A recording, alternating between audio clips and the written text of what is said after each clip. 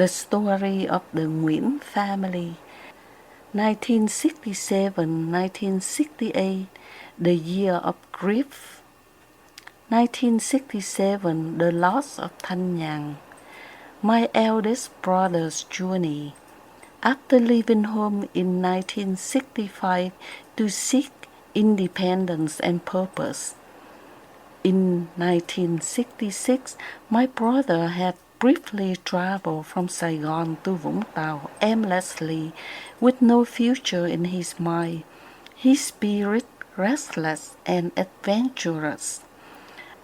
By 1967, he had made a decision that both filled us with pride and quietly terrified our parents. He enlisted in the South Vietnamese Army, training as a Green Beret, an elite unit tasked with some of the most dangerous operations against the Viet Cong in the Central Highlands and surrounding regions. Nhan's decision was not made lightly. He understood the risks, yet for him, joining the military was both duty and destiny, a way to serve his country, to protect the people, and to find a place in a world that was increasingly chaotic. In Vietnam during wartime, unless a son is going to school and achieves academic success, he is not exempt from being drafted.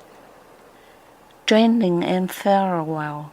Nhan's enlistment took him away from Đà Lạt to military camps in Central Highlands, a rugged and remote area where the Viet Cong operated with intimate knowledge of the terrain.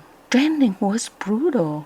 The men endured months of physical strain, learning jungle warfare, survival, and intelligence gathering.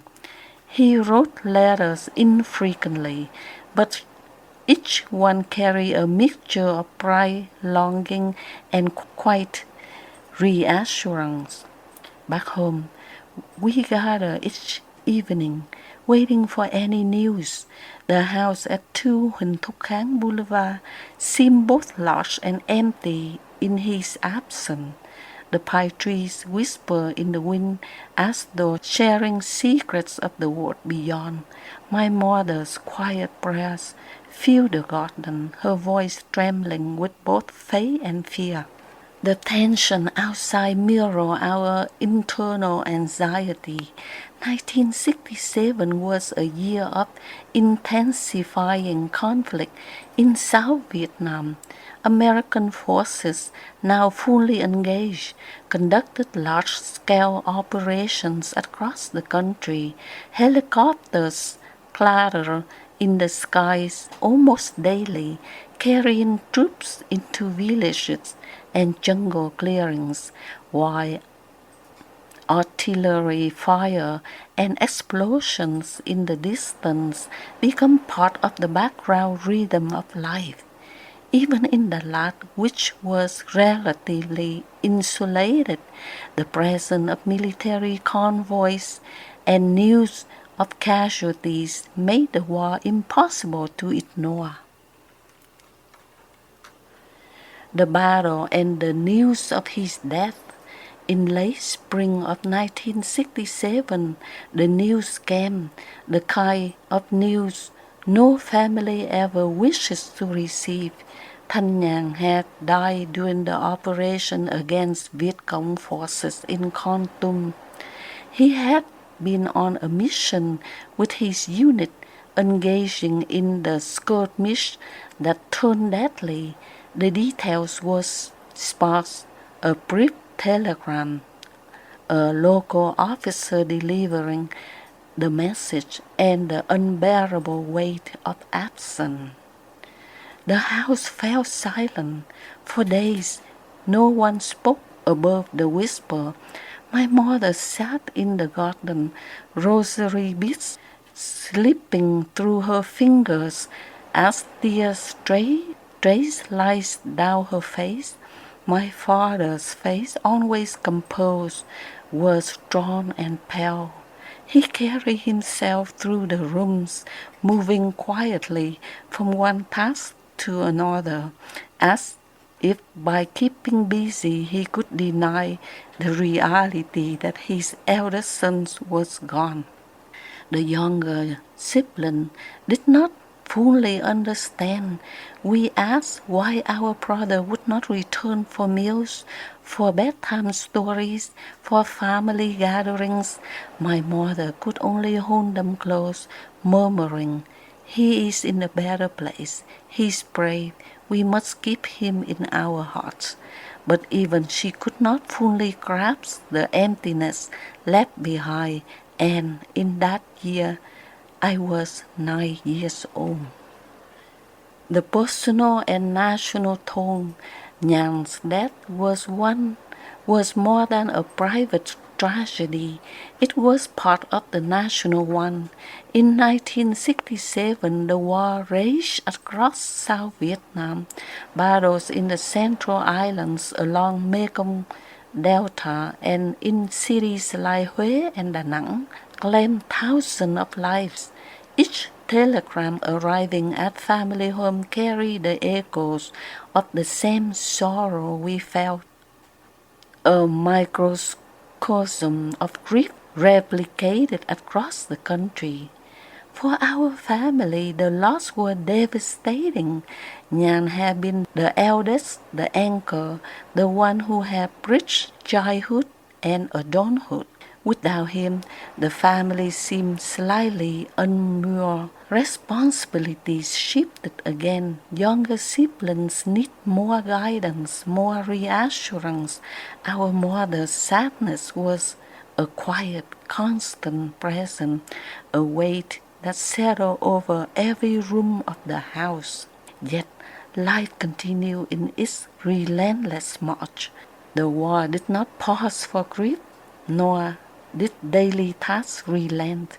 We still ate meals, attended school, and tended the garden, but the laughter of the household, once so bright, was muted. The pine trees outside whispered secrets that only grief could understand. Letters, memories, and silent visual. In the months that follow, we clung to the memory and letters. Any note from Nhan that have arrived before his death become a treasured relic. We read his words aloud, remembering his voice, his sense of humor, his quiet encouragement. Each sentence carried the due weight of pride and sorrow. My mother's silent visuals became a ritual. She would walk the garden at dusk, speaking to God in whispers, calling up saints and angels to watch over her children. My father would occasionally join her, standing at the distance, he present, steadying hand. The words were few. Together they bore the unbearable reality that their eldest son had been claimed by war that spared no one. The word outside of Huỳnh Thúc Kháng house seemed to echo our grief. Battles continued. Protests grew louder in the United States, and the American public slowly became aware of the human cost of the conflict. Images of destruction and suffering began to appear in newspapers and on television, mirroring the losses that each Vietnamese family endured daily.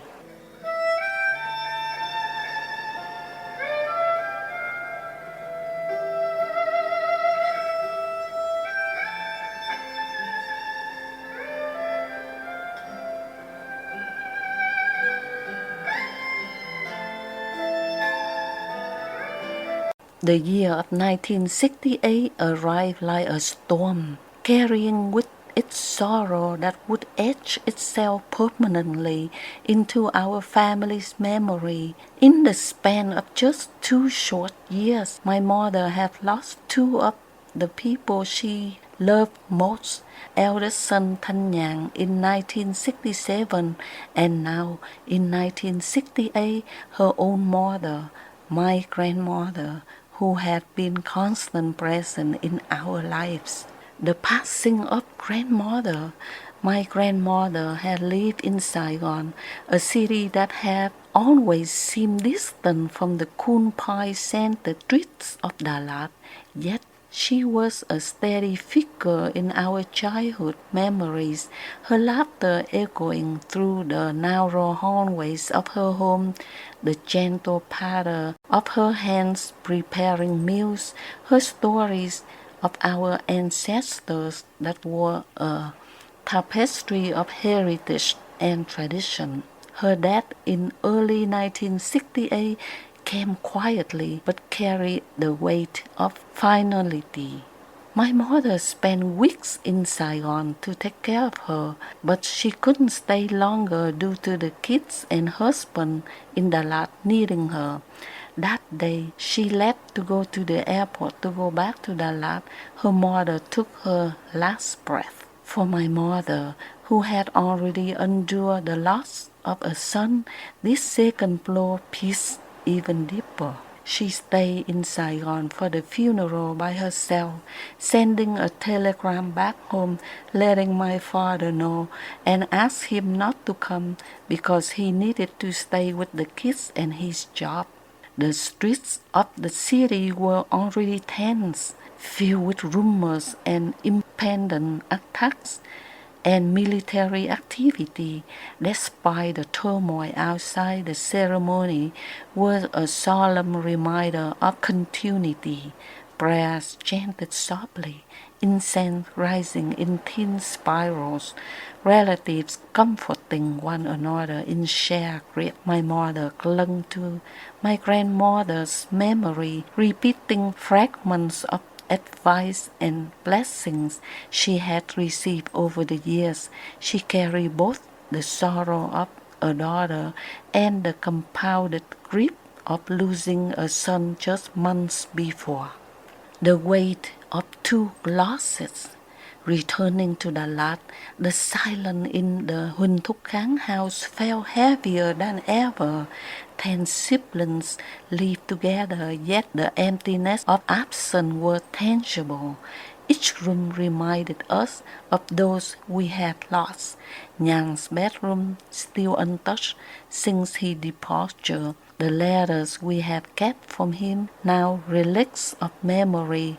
The letters from Thanh, which brought life from afar, offer a bittersweet contrast to the grief surrounding us. My mother, resilient yet broken, bore this sorrow quietly. She moved through her days with a mechanical grace, preparing meals, tending the garden, guiding the younger children, yet her eyes, once warm and vibrant, often held a distant gaze. In moments of solitude, she would sit by the window, clutching a rosary, whispering prayers for her son and her mother, asking God for the strength to continue. It was during this year that we began to truly understand the fragility of life. Death, once a distant concept, had entered our home and reshaped its rhythm. Laughter returned only occasionally, tempered by the knowledge of loss. The garden, though still blooming with roses and chrysanthemums, seemed quieter, as if mourning alongside us. Vietnam in 1968, the country in upheaval. 1968 was not just a year of personal tragedy, it was a year of upheaval for the entire nation. The Tet Offensive, launched in January by the Viet Cong and North Vietnamese Army, shocked both South Vietnam and the United States. Cities across the country, including Saigon and Hue, erupted with violence. Battles raged in urban streets, and ordinary citizens live in fear of attack. The news filtered into our home in Dalat. Slowly at first, reports of fist fighting, civilians caught in crossfire, soldiers falling in numbers too high to comprehend. Television and radio carry images and words of chaos, though Dalat itself remained relatively insulated. The emotional tone was inescapable. Every message, every newspaper headline was a reminder that the war had no boundaries. Across the ocean, protests in the United States grew louder than ever. Students and citizens demanded an end to the conflict, burning streetcars and waving banners. Television screens brought images of marches, chants, and sometimes violence, reflecting a world that was increasingly aware of human cost of the war. For us, these foreign protests were distant but echoes our private grief, a global recognition of loss, courage, and resistance. Coping with grief and change. Within the walls of Huỳnh Thúc Kháng home, life had to continue, even as mourning lingered like a shadow. The younger children, though too small to fully understand the depth of sorrow, felt it in subtle ways. The quietness at dinner, the hesitation in play, the unspoken tension that made even small arguments seem trivial. My mother's strength became our anchor. She taught us that love persisted even in absence. She reminded us that our responsibilities to each other were more important than despair. She encouraged the younger siblings to help one another, to study, to care for the garden, and to pray. And though her smile was rarer, when it appeared, it reminded us that resilience could coexist with grief. Even Thanh Tâm, far away in Saigon, sensed the weight of these events. Her letters grew more somber, yet filled with reassurance. She described her flights, her works, and her encounters with passengers. But each letter ended with the words meant to comfort. We are together in heart, no matter the distance. Be strong, as we must all be.